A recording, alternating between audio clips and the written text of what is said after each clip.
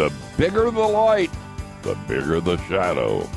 Let's talk on Key Life.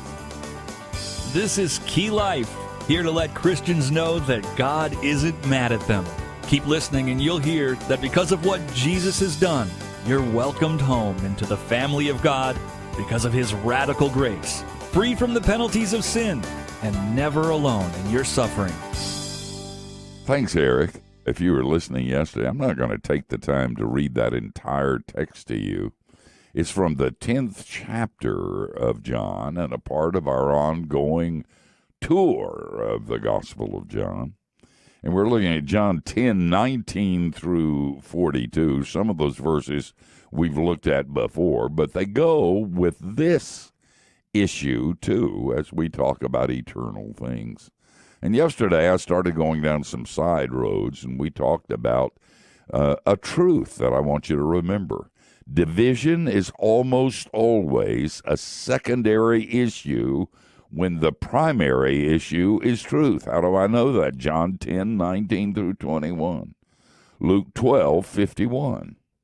Now, I'm not suggesting that as Christians we ought to go out and on purpose irritate people. We shout too much. We judge too much. We think we're the world's mother, and we're not. And I've written a whole book that's going to be out in a few months. I'm just working on the last chapter about that particular subject. But in the final chapter, I told you yesterday, I'm talking about the fight, the division. Not everybody's going to like you just because you belong to Jesus, and not everybody likes Jesus. I have a friend who said to me not too long ago, Jesus said he was the light. Have you noticed, Steve, that wherever there's a big light, there's a big shadow? He's right. And there is. It goes with the turf. You know, if we're right, they're wrong, and they're not happy about it. A lot of the people who say they have intellectual problems with a Christian faith don't. That's a smokescreen. They know if what we're saying is true, then they're not God, and they want to be God. They want to make the decision. They want to be the autonomous ruler of their lives. And if God is God, they're not. Jesus was and is God's definition. God's precise definition of himself. Within the context of that definition is to be found that which will, if understood, divide. Somebody tells the story of the time that Dr. Nelson Bell was to have a prayer at a large, august body of dignitaries. He realized that the group of people there were many who had never understood nor accepted the claims of Christ. He asked the president of the organization, you know that Nelson Bell was Billy Graham's father-in-law. I knew him and didn't know him well, but I liked him, and he was a missionary in China. He had such an impact with a column that he wrote in a magazine for years and years. And he was a godly, good man and a wonderful doctor. At any rate, he said to the president of the organization, could I say something about the gospel? And the guy said, no, you'll offend people. You'll divide them. Just pray, okay? And so when Dr. Bell got up to pray, he said, Dear Father, in this room, there are two kinds of people, the saved and the lost. May those who are lost find Jesus Christ as their Savior, and today. Needless to say, Dr. Bell didn't get invited back to that place. Why is that? Because of what I've been teaching you. Sometimes it divides. If you aren't saved, you're lost. If you aren't a child of God, you're the child of the dark side. If you don't get to God through him, you don't get to God. If you don't understand his truth, you're believing a lie. If you don't walk in his way, there's no way. If he doesn't give you life, you're dead. In our age of tolerance, one just doesn't say things like that.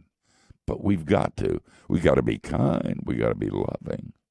We got to reach out, and we got to be, above all, aware of our own need and our own sins so that we don't come over as somebody's mother.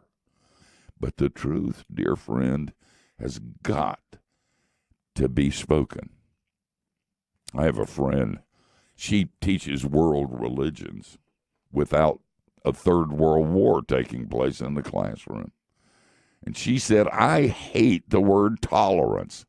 Tolerance is bland and empty, and it means you don't have any convictions. Better that we use the word respect. And then she moves on to celebration. I respect your views. If you're not a believer and you turned on this broadcast, man, I really respect you. I respect you a lot. I respect what you think. I respect your family. I respect what you do. I even celebrate all things. You are created in the image of God himself, and that means you are very valuable to him. And because you're valuable to him, you're valuable to me. So I respect you. I don't tolerate you. I respect you. But nevertheless, from my position, you're wrong. I'm sorry. And I'm right. Let me just mention another side road, and we'll talk about it tomorrow. Note, if you will, the historicity of Jesus. John 10:22 through 23. It was the feast of the dedication at Jerusalem. It was winter, and Jesus was walking in the temple in the portico of Solomon. Specific time, place, incident. It really happened in time and space. Sometimes it's good to remember it's not a story. It's a fact. And it happened. You think about that. Amen. More tomorrow from the Gospel of John. Today, Steve talked about how there really is truth. There are people who get it right and people who get it wrong. That's just the nature of truth. And Jesus said he is the truth. There are people who get Jesus right and people who get Jesus wrong. We talked about that with Matt Johnson on our talk show, Steve Brown, etc. Matt's the author of the Key Life book that came out this year, Getting Jesus Wrong, Giving Up Spiritual Vitamins and Checklist Christianity. Take a listen to this segment from that interview, and then I'll be back to let you know how you can get the whole thing free. Hey, listen, talk to us about spiritual vitamins. What are spiritual vitamins?